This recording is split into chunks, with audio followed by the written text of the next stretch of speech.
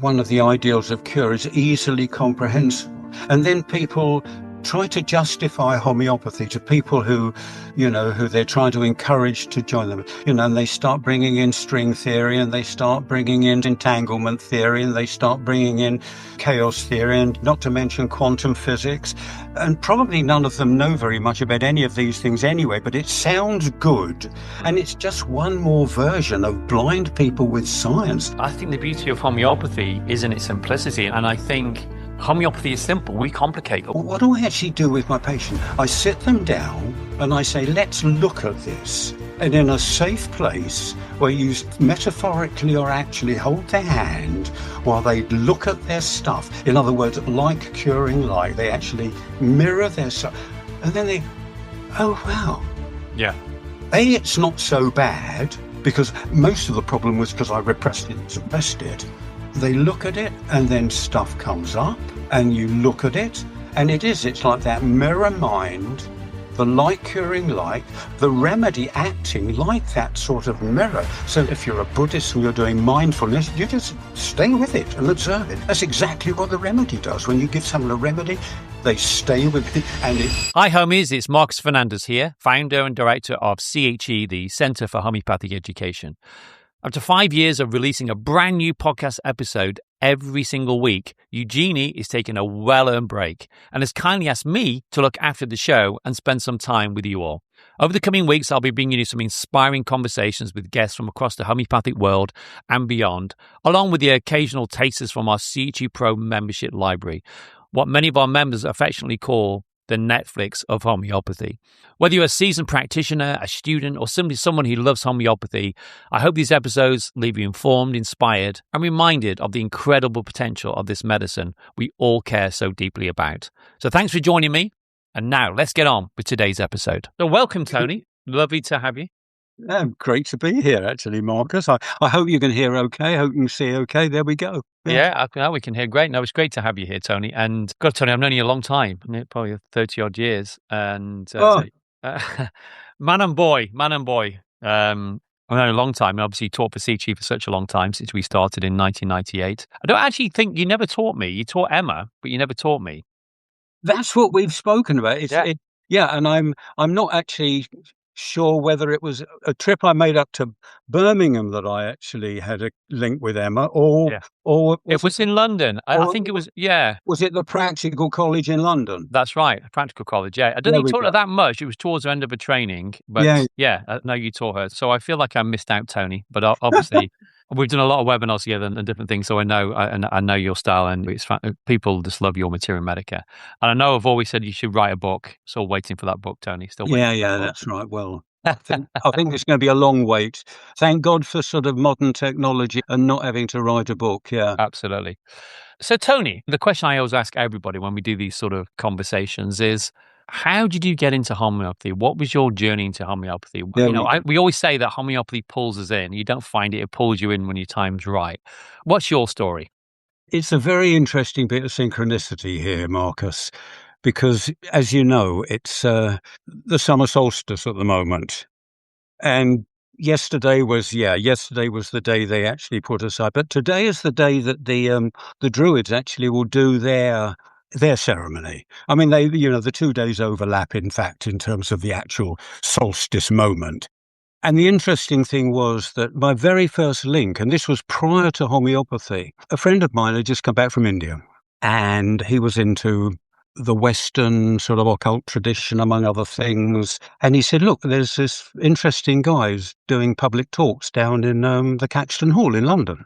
Caxton Hall is, off Parliament Square, just behind the Houses of Parliament.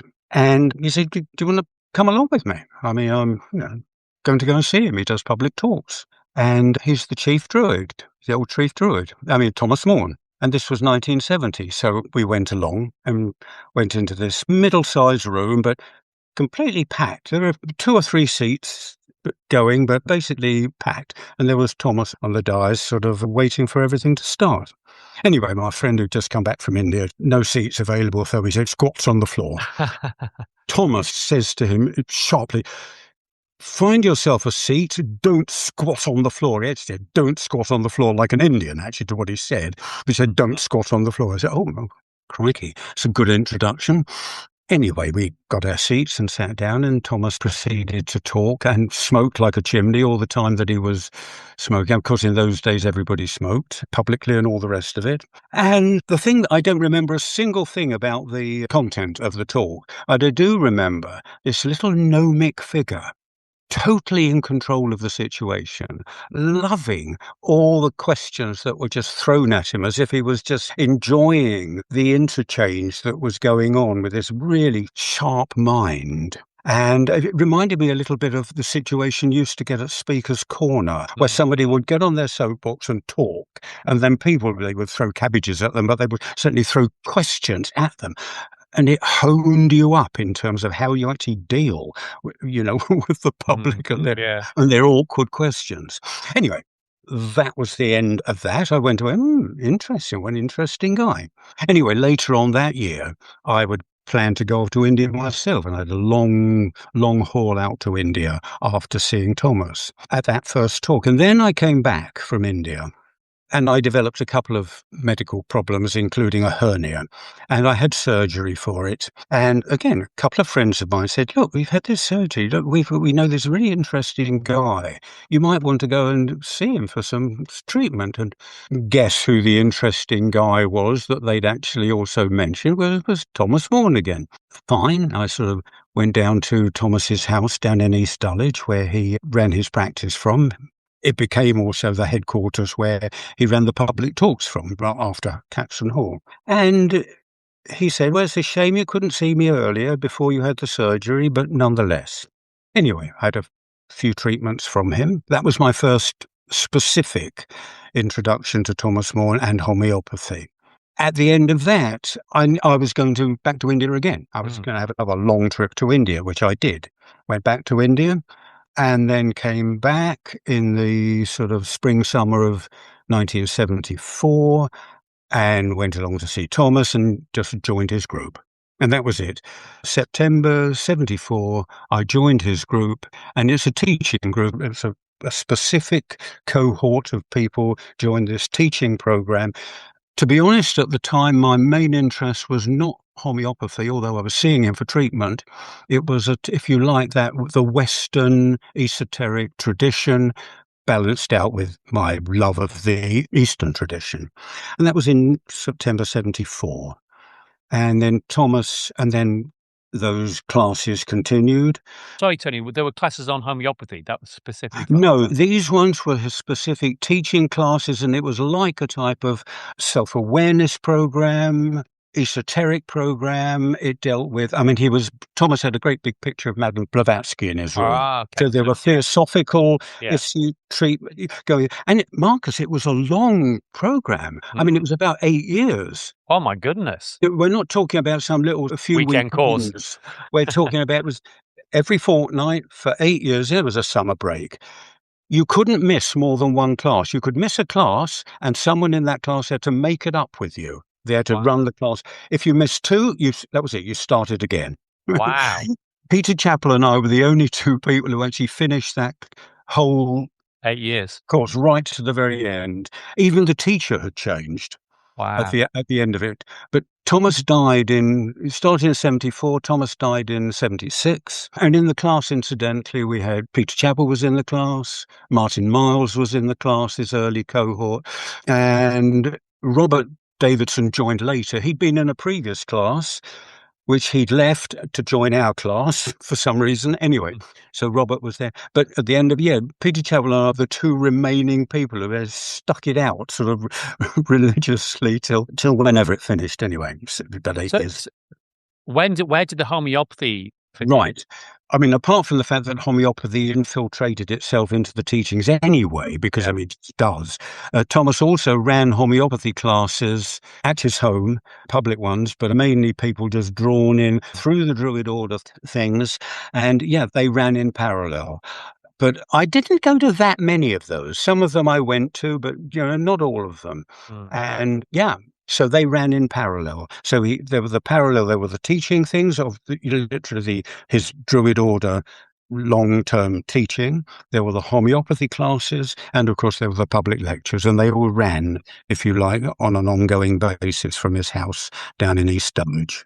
And just to give context to people listening, so we're talking about the UK in the sort of early 70s, and just enough people are aware, but at the time, homeopathy took a big blow. There was a plane crash. The plane crash happened, yeah. That was about 72, 73? Something, it was in that general, I don't remember the exact time. Yeah, absolutely right. Absolutely. And the plane crash was the aspiring homeopathic doctors from the homeopathic hospital were going to a conference. That's right. Somewhere, I think was in Belgium or somewhere. The plane crashed in Staines, just outside Heathrow, and it wiped out a whole generation of homeopathic doctors. And it was really kept alive, homeopathy, through these classes. Exactly. Because there was nothing really else out there. Like you're saying, I just want to give context to that, Tony, because this was a really important time for homeopathy. Looking back on it, it was quite extraordinary. I mean, it's easy, I look back sort of and think, wow, yeah. I mean, at the time, it was just what was happening. Yeah. It was one of these. You're talking 50 odd years ago. Yeah. Yeah. Yeah. The way it was at that point was that Thomas was running these classes down in South London from East John Dulwich. de Monte. And John de Monte was running them up in North London, and they were colleagues. John de Monte, his students were Misha, Norland, Sarah Richardson, Elizabeth Danziger. And also Peter Fisher, Dr. Peter Fisher, who was the Queen's homeopath, who sadly passed away a few years ago. He was also part of that North London group. That's it. Yeah. And basically, 75 and 76, John de Monte and Thomas died. And basically then, to a certain extent, there was an amalgamation of the classes. And Martin took over the Thomas's homeopathy classes for the, literally for public consumption. Then Robert took over. And at the same time, the society was being... Yeah, with Martin and Robert Dawson. Martin, Robert and Peter Chappell and Misha, of course, starting the society. And then, of course, in the end of the 70s, the College of Homeopathy was set up. So that was 78, 79. Yeah. The College of Homeopathy set up. And when you think about that, Marcus, I think they got about 25 people in the first year. After a few years, they were getting 120 people enrolling. Yeah. And this was prior to major advertising. This was purely grassroots interest in this homeopathy thing. Yeah. It's extraordinary, that grassroots fruition that was happening then. And so, and that was the College of Homeopathy. Misha started a college down in the southwest. He'd moved down to Devon. And then the college has just mushroomed. Yeah. That was the School of Homeopathy. Ernest started a college up in Manchester a few years later. Rima Handley and Dorothy Hannon started one up in Newcastle. The Classical College started, and they were just sprouting like mushrooms. But it all came from those two groups. It all came from those two little core groups right at the beginning. Thomas's group and John de Monte's group that came together, and the next thing it exploded. It was it was the birth really of the professional homeopath, because it'd been a very medical. That's right. That's why it had started, but this was the real sort of creation of the professional homeopath that weren't doctors.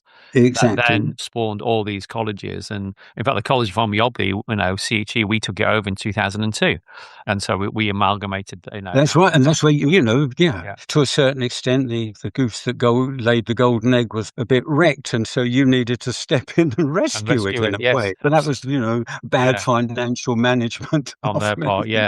But we amalgamated it, and really all the people that taught at the College of Homeopathy, yourself, Mike Bridger, Dr. Brett, all the people that carried on really and have carried on. It's in that spirit really, I think.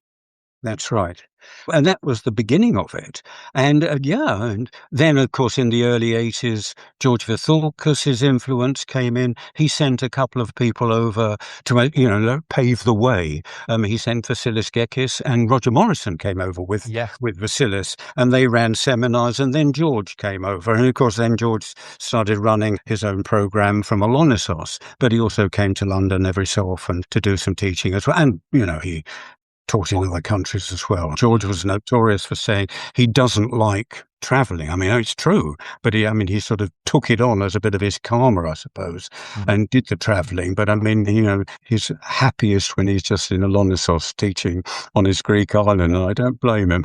Yeah, no, absolutely. Absolutely. So back to that thing about that, what we say that you don't decide to get into homeopathy, pulls you in the time's right. So what for you, when did it, basically, you tell us in those classes, but when was it, when did it really grab you? When was it that you? Well, I mean, basically, once I'd actually done the studying at CHE, because actually I then, from being this person which is vaguely interested in homeopathy and had seen Thomas as a homeopath, then I did the course. And then, of course, as you say, in those days, you did the course. And because I'd been involved with Robert and Martin as friends in the order, you immediately get a shoe in into teaching. Next thing I know, I'm teaching, and I've got more teaching than I know what to do with. And at the same time, I was a yoga teacher at the time after my trips to India. And at the same time, because of Margaret Thatcher, they shut down most of the ILEA, the Inner London Education Authority. They wrecked it. So all these classes that were, queuing round the block to do yoga, they all stopped. And then there was this transition then,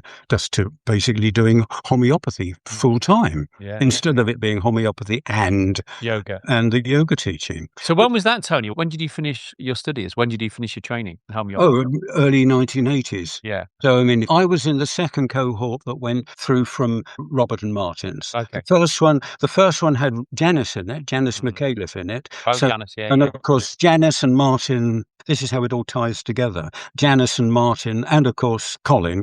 Colin came a little bit later, set up the guild later. Yeah. And in a way, the guild is, from the point of view of that lineage from Thomas, you could say that the guild that was his line. Yeah. Thomas to Martin and Janice Yeah. to the guild. Yeah. And that included Charles Wansbrough, Yeah. Robin Griffiths, and a few other people. Yeah. So I always find it fascinating because I think we need to know our history in the UK. Marcus, I look back and I think, crikey, what an amazing time it was. Yeah. You see, there was George there as well, but a lot of us were also, clearly there was the whole Eastern tradition, the yogic tradition, the Buddhist tradition.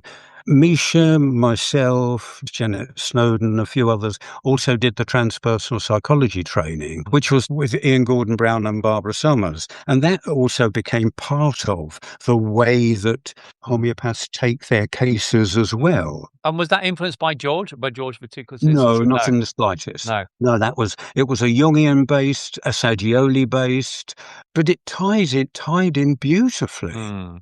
Just that whole, it was just this, talk about an integral mix that was going on there. There was the homeopathy, there was the transpersonal psychology, there was the Buddhism, there was the yoga, everyone was into meditation, of course, as we all know. And that was it. It was just an incredibly rich time.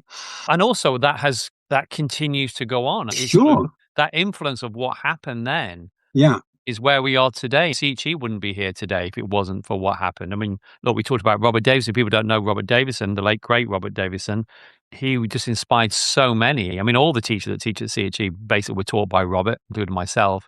He was no Saint Robert, but he was, was he a character? And exactly. I remember meeting when I first met him, I was like 20, 21. It's like I'd never met a character like this. He just turned my whole world upside down about how you saw the world. Not just health, actually, health and well-being, but he liked to provoke. He really liked to shake up your whole belief systems. Absolutely. And in a way, you saw that line coming from Thomas. Thomas was an iconic, for all of his sort of rooted in this sort of ancient tradition, he was an iconoclast as well. He loved, knocking the conventional approach. He was always going on about woe to these conventionalists as he sort of smashed them down. Yeah. So, and I have to just say, I love these sort of maverick types and Robert definitely had that quality to it as well. Yeah.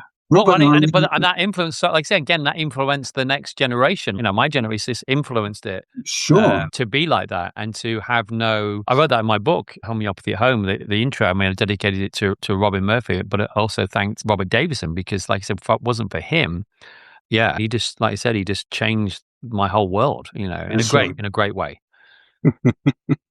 No, it's absolutely right. Absolutely right. So, Tony, you're very well known for teaching. Obviously, you can teach more than just Materia Medica, but Materia Medica is your thing, really, isn't it? And How did you sort of, the way that you teach Materia Medica, I always think it's like you weave a story around it. The way that you're explaining these states, they're like almost like characters. Sort of, what's influenced your Materia Medica knowledge? I think all of that. I know right at the very beginning. Sure, I like the clinical stuff. And funnily enough, now, as I come sort of almost full circle, I actually want the clinical stuff much more. But at that time, that's what I wanted. I wanted to get an image. I wanted to get what's the character of this particular person? What is it? It's not whether a natromure has got runny discharges from their nose and they get headaches periodically. It's what does it mean to be a natromure? What does it mean to be a lycopodium? What does it mean to be? I mean, in a way, from my point of view, you could say in retrospect, it was the totality of symptoms. On the other hand, it seemed at the time I had to have a human being, a person in front of me to actually register what are we actually talking about here. And I think that's from my point of view where certainly the Western psychology came in. I mean, the Jungian psychology, what's actually going on here? The four elements, the four sort of psychological types of Jung infiltrated the whole system. And I've always loved that the types, the typology, the elemental aspects, and of course from the yoga tradition, what does it mean to be a seventh chakra, a sixth or a fifth or a fourth, and what does all that mean within the context of homeopathy? Just simply reading a homeopathic Materia Medica bored me to tears. And to a certain extent, I have to say that was George Vithoulkas. Yeah. I remember when I first was looking at homeopathy books and going to the classes, there was Thomas, of course, teaching in his own inimicable way. But as soon as Fatax Materia Medica appeared, and wow, this guy actually is talking about mental symptoms in a way that actually means something. It was very, very interesting. And then George, as we know, George's way of presenting here, he presented this sort of an image and a personality profile of a person. Kent did it in his own way, but Kent was still very sort of, medically oriented. Yes. He was very much of his time. Yes. Whereas George came along and actually expanded that. I thought, wow. Yeah. This is what I find most fascinating. Otherwise, you can just be a sort of keynote prescriber, a few sort of physical generals, and you'll get good results. Yeah. But for me, it would have been pretty boring. Now I want those things to confirm. Yes. If you like, the mental emotional picture of the person. Clearly, now I actually want the whole thing to tie together. I want an integral approach with everything. Yeah. But in terms of just my direction, that's why I love the Materia Medica, because you could actually, you could present a story of a development of this person. And Yeah, I'm sorry, I was going to say, because I think I often say this when I'm teaching, that Materia Medica is a scale, it's a spectrum. It's like there's a progression of a remedy, isn't it? Often through, so you don't have to have basically what I'm saying, you don't have to have everything that's in the Materia Medica. It's like a spectrum. You'll see different elements at different times. Yeah. And I mean, I was thinking then of nitric acid. So nitric acid in the early stages, you may see the anger, you may see but then as they go on, it's like you see less of that because it's more suppressing. You get, the ulcers and the body eating itself. So it's a spectrum, isn't it? Sure. And to give total credit to Vithoulkas here, his stages of development of the remedy were actually, at that time, it seemed unique. The fact that he actually saw when this, and then it was in abeyance, and then developed into that, and then on that, and at any particular stage, the previous stage could have disappeared. Yeah. But if you saw that line coming through, and that's where it sort of got so interesting, and that ties in so perfectly with the whole Western psychological approach, where repression, neuroses, pathologies, as a result of cultural suppressions, family suppression, you name it. Can I ask you about that? Because so I think it's a really good point. Because, for example, when you go to India, I've been in India so many times and done clinics there and different things, and it's a different way of prescribing. Sure. It's very like that, very quick. You have to be, because there's queues and queues of people. And they're brilliant at it. Yeah, and amazing at it. But then compared to like the West, often we'll take an hour with a case or 45 minutes with a case, or some people do a 2-hour first consultation. Why is that? I actually agree. I remember Murray Feldman. Murray Feldman, yeah. At one point, we were discussing this, and Dave Mundy was there as well. And when it comes to these 2-hour cases, I mean, Murray just said, just sheer self-indulgence. So it can go into that. You just indulge in this wallowing, and you completely miss it. What about, but look, there's this and this. Wait a minute, you don't need 2 hours. No. But where did that come from? I don't think it's that as much as it is now, but it used to be, I remember. Oh, I think it was because of, if you like, a type of blending of that psychotherapeutic approach, where you sat back and you just let the person talk. Whereas in homeopathy, you've got to give them a remedy. You can't say, come back in a month's time or next week or 2 weeks and we'll keep going with this. They want a remedy at the end of it. And they've spent talking for an hour and a half about their early potty training. Fair enough. But, you need to pin them down. And I mean, as you know, in homeopathy, when you're taking a case, you've got to be a little bit, hey, wait a minute. Yes, sure. Thank you. But how you've got to narrow it. You've got to direct the case and where the case is going. Exactly. And I always think of a case taking is like a song. There's a beginning, there's a middle, and there's an end. There you go. And it's like there's a rhythm to it, isn't there? I remember Robin Murphy really hammering this home to me, case taking, and he would say, you scan, you analyze. So you're scanning, something comes up, you analyze it, and then you probe it further, and then you move on.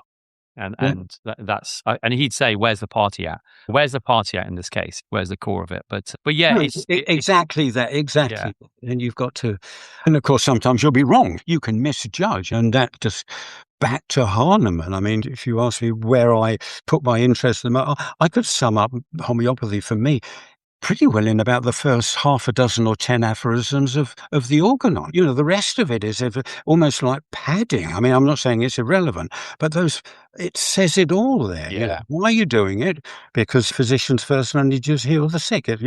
But like Buddhism, it's the call to compassion. Heal the sick. Then, okay, fair enough. What's the ideal of cure? Here it is. Rapid, permanent, gentle, easily comprehensible, incidentally, that's gone out the window with some people. Blind them with bullshit, basically, has become an aspect of it. And then, a few aphorisms that just tell you how to pin it down, including, of course, the key one, insofar as you can, the unprejudiced observer. I was going to say the unprejudiced observer. You've just got to, and that's where, if you like, for me at any rate, a key issue is the meditational training, the awareness training, that just can you be mindful and aware and non-judgmental as you just observe what's going on. And that's a core issue, certainly a core issue for me. Yeah, and actually, I think the beauty of homeopathy is in its simplicity. And I think homeopathy is simple. We complicate it. I obviously haven't practiced as long as you, Tony, but I've done it for 30 odd years. And it's that I'm just very simple in my prescribing. I'm very. Somebody asked me the other day. In fact, on this podcast, we had a session with Eugenie and Hillary, Dorian, and myself, and Dion Tabret saying, "What is homeopathy? What is it?" And I think you always got to go back to the principles. Like cures, it's not difficult, but sometimes we can get so off track. When you mention bullshit, I want to come back to that in a minute. Yeah, we can censor that if you like. Yeah, I think we need to talk about it because I think it's important. I think because you've got such a wide view and historical view of the development of homeopathy over a long period of time. What's your opinion on all the different things that are happening at the moment around homeopathy? Well, when I actually talk about, one of the ideals of cure is easily comprehensible. And then people try to justify homeopathy to people who they're trying to encourage to join them. And they start bringing in string theory, and they start bringing in entanglement theory, and they start bringing in chaos theory, and not to mention quantum physics. And probably none of them know very much about any of these things anyway, but it sounds good. And it's just one more version of blind people with science. And what's the easily comprehensible bit is the like curing like. Say a psychotherapist, what do I actually do with my patient? I sit them down and I say, let's look at this. And in a safe place where you metaphorically or actually hold their hand while they look at their stuff. In other words, like curing like. They actually mirror their stuff. And then oh, wow. Yeah. It's not so bad. Because most of the problem was because I repressed it and suppressed it. they look at it and then stuff comes up and you look at it and it's like that mirror mind, the like curing like, the remedy acting like that sort of mirror. So like if you're a Buddhist and you're doing mindfulness, you just stay with it and observe it. That's exactly what the remedy does. When you give someone a remedy, they stay with it. Here they are, they've come with this stuff, and you give a remedy that reflects that stuff, and then stay with it, and it cures. It actually sets, because that awareness that is brought, not necessarily like conscious awareness, but that physical recognition or dynamic recognition happens that actually then allows the healing to take place. And of course, then all the other stuff comes up, which you also stay with. So, and that's so simple. If you said it to someone within the context of any other therapy, they said, yeah, it's so obvious. I talked to my friend about it, and she gives me a hug and holds me while I tell her, and oh, wow, yeah, I get it. And the curative, people have said, awareness itself is curative. Yes. On one level, yeah.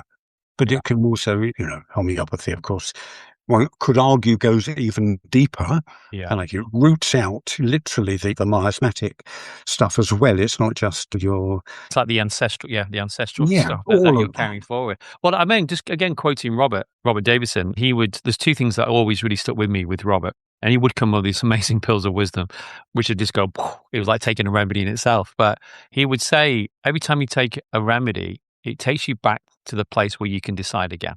Exactly right. And that's exactly what you're saying. It's like, that insight. You get the insight. Now, you still have free will. Yeah. So I always say this to students, don't be putting remedies in your partner's tea to try to change them. Or it's like they still have free will, but it's that it takes them back to that place where they can either carry on holding on to it or letting it go. And I always thought it was a really beautiful thing. It is. The second thing he would say, that in fact, I've got all the remedy here. The remedy, if you have a thing that says homeopathic remedy, like I've got here, arnica, this is not homeopathic. It's a bottle of white pills. Yeah. It's the reason for giving. The reason for prescribing. Which makes it homeopathic. Yeah. And it was just, he'd say some genius, beautiful. Yeah. That was one of Robert's things. Yeah. It's the reason you prescribe. Yeah. You're prescribing on the way that literally and the choice that you have, ultimately that choice is, do I actually face it or do I not face it? Yeah. It's in a way, it's as basic as that. I face it. Oh, well, all right.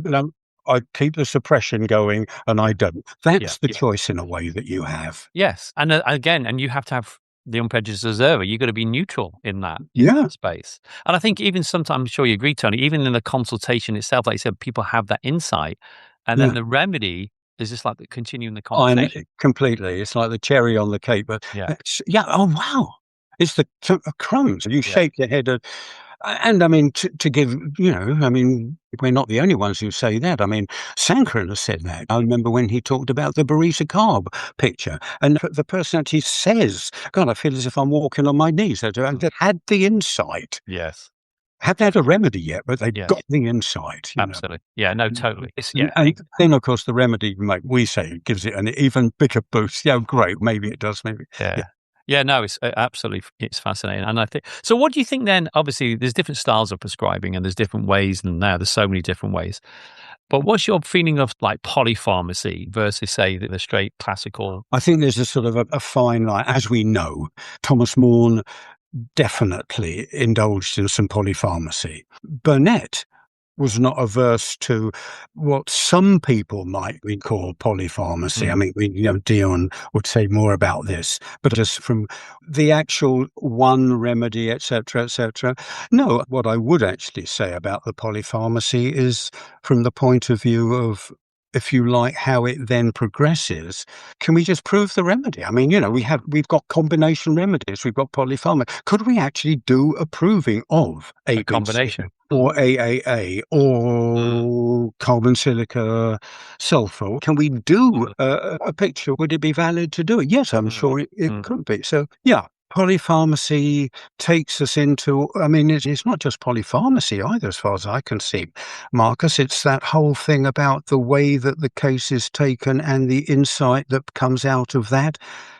takes us into the whole idea of what do we actually mean by the placebo effect. Mm-hmm. I mean, I don't want to sort of muddy the water by bringing that in, but when we're actually talking in terms of what's actually going on here? What is this energy going on here? What's going on when we actually talk about being aware and waking up and staying with something and observing something? What's actually going on? We all know that the placebo and the nocebo effect. Yeah, there's an incredibly powerful mental aspect, not just mental, but higher mental spiritual aspect going on. I mean, I have a sort of fantasy whether we don't need the pill at all. We actually just that's my ultimate fantasy about the whole thing. But yeah, and we know, like with all of these things, can be abused. Absolutely. And it's as simple as that. Yeah. I always think that there's a place for everything at CG. We're a broad Sure. church. We say, look, all these ways of prescribing are all, again, neutral. It depends on the person who's sat in front of you.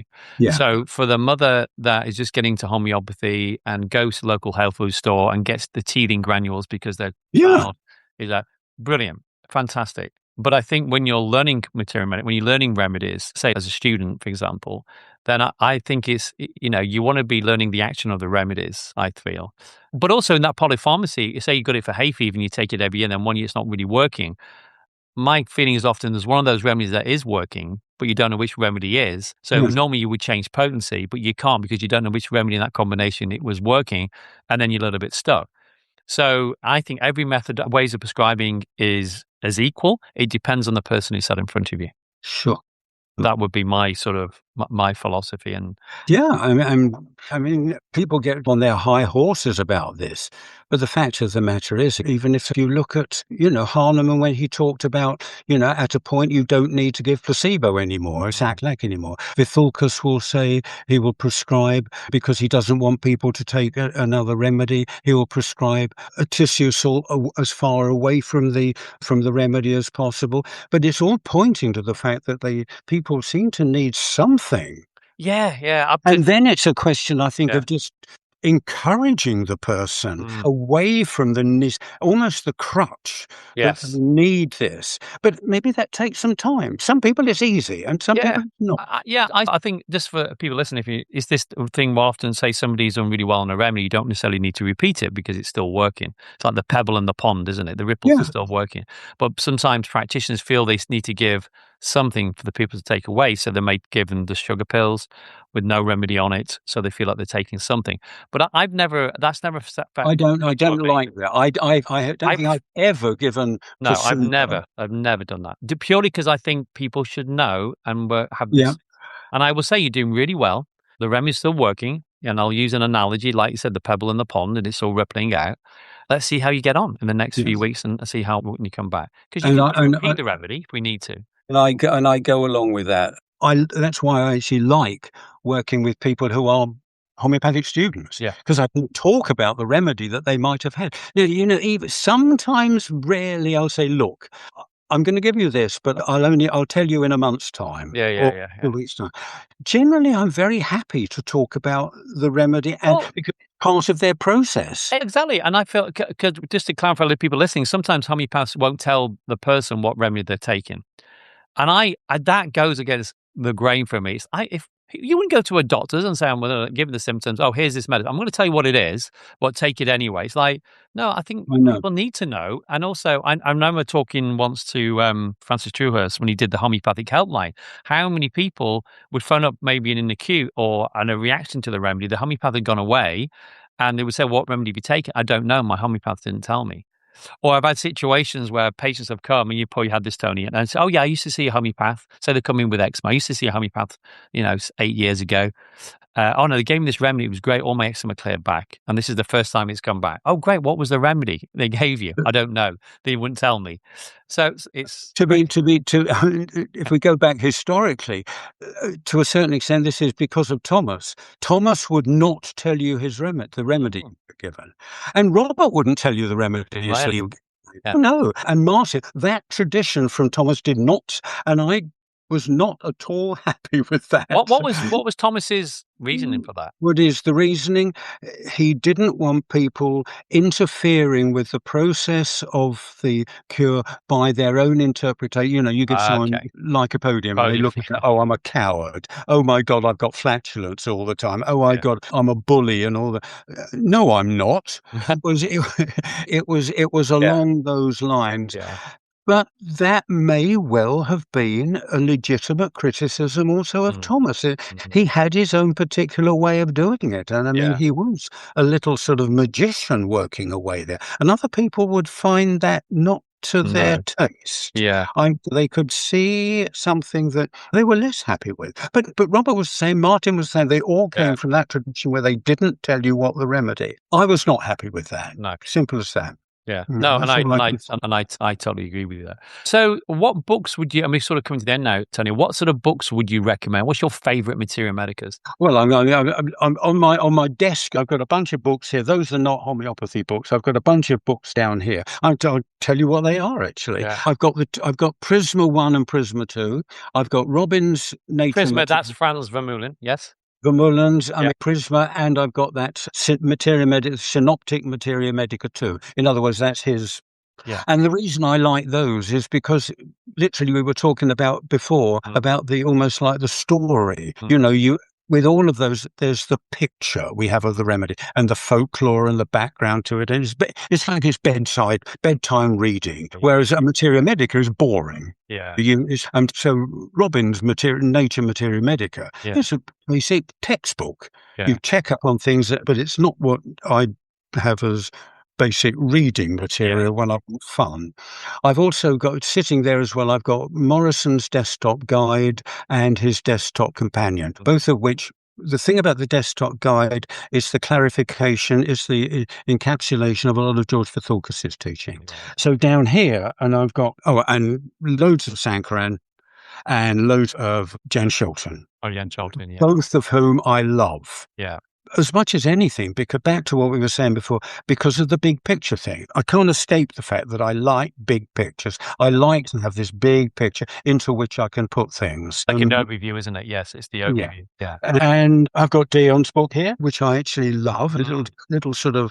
Is that Burnett? But was the Burnett? Little play for Dion, because I love it because it's so clear. It's such a clear little book. I've got Philip Bailey's Major Constitutional Remedies, and Philip Bailey, as we know, is a Jungian. So basically, we've got the Jungian psychology approach, and of course, George Vithoulkas' Materia Medica. Yeah, so some classic. I haven't got the Materia Medica Viva, but I've got his stolen Materia Medicas and his talks on classical homeopathy and Materia Medica. Of course, I've got Kent's lectures. Yes. Which sometimes I do refer to. I mean, Kent's lectures. You can't get away from Kent. Kent is amazing. Yeah, I always say to students, you've got to read Kent's lectures. So, I mean, you have to. We've got the lectures on homeopathic Materia Medica, and we've got the lectures on homeopathic philosophy, both of which you have to have them. Yeah. And then there's the little sort of checkup books that you just carry around with you. Borica and Fatak are down there. Oh, and Lippi, of course. Oh, Lippi, Lippi. Yeah. People talk about Lippi and they talk about the man who knew Materia Medica absolutely inside out and backwards. It's always Lippi that they sort of put right up there at the top of the list of this man who just knew it. Yeah, backwards. And Andre Sain is a big fan of Lippi, isn't he? Andre Sain in Canada, yeah. So those are, and of course then you just got Robbins. Yeah.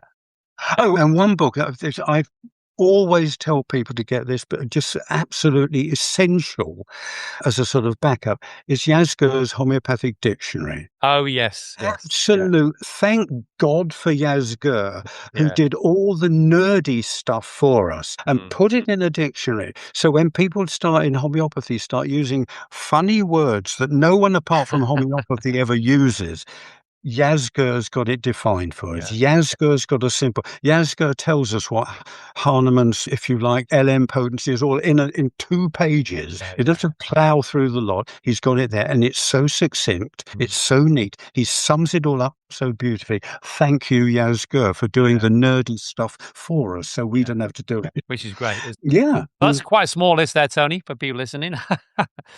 a lifetime of Materia Medicas there, a lifetime. But like I said, you need different Materia Medicas, like I said, for different things and different cases that you have. And Of course. like I said, I'm reading around. You use them for different things. And I always say we're a bit like lawyers working on a case. It's like we have all our books. And I know when you teach Materia Medica, you always put all your books, have all your books open on the desk. And then ignore them. And then you ignore them. You know it. It's part of my my insecurity is that I've got to have them there and then I can ignore them.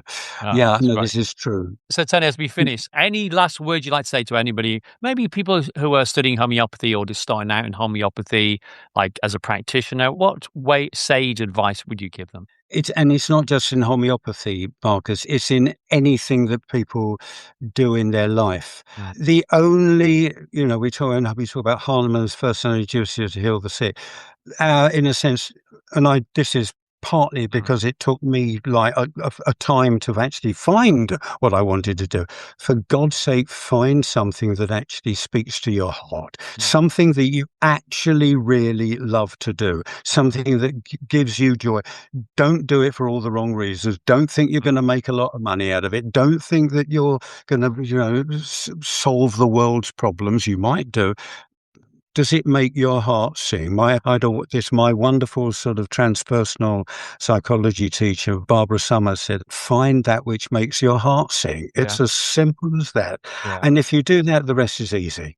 The rest of it's a piece of cake. Yeah. It's a piece of cake. Yeah. But if you're doing what you love, it's easy. If you're having to grind through it because your mum was a homeopath and she wants you to be a homeopath and you don't really want to be a homeopath, you want to be a rock musician. Yeah. That was me. I want to be a rock musician. No. But no, I totally agree. And I was saying this the other day. I mean, Cillian's love with homeopathy is when I first heard about it. Well, when I first heard Robert talk about it, and I knew nothing about homeopathy, and he talked, and there was something very deep that went on with me when I heard him speak about homeopathy, and the rest is history. So I totally agree with that. I think when you get into homeopathy, it pulls you in, and there's no the depths to it. Yeah. You can go into any aspect. It just takes you deeper and deeper into what do we actually mean by health? What do we mean by vital force? What do we mean by being the unprejudiced observer? What does it mean? Crikey, for me, wow. I know. Yes, exactly. That's it. Every case is different, and like I said, I've done 30 odd years, you've done it for probably 50 odd years, a long time. And here was both of us saying we still love it because it gives us so much, and it just helps you. It helps us. It helps us see the way that we see the world, and it's an amazing thing. So listen, Tony, thank you so much. It was so lovely with you. And get your insight and your wisdom. And I feel very blessed that you teach for CHE and also your life. Let me make a point. And thank you because you've facilitated what's actually an extraordinary thing happening in homeopathy at the moment. Yeah. And that's down to you. Yeah, with a little bit of help. But no, thank you, and you've been part of this journey since we started. So I just want to thank you, and also all the stuff you do for CHE Pro for people out there. For homeopaths, we have CHE Pro with our membership, and Tony's often comes on live doing Materia Medica or clinical casework, and it's great having you on there. So thank you, Tony. Thank you so much, and thank you, Lucas. Yeah, and thank you everybody for listening. Take care.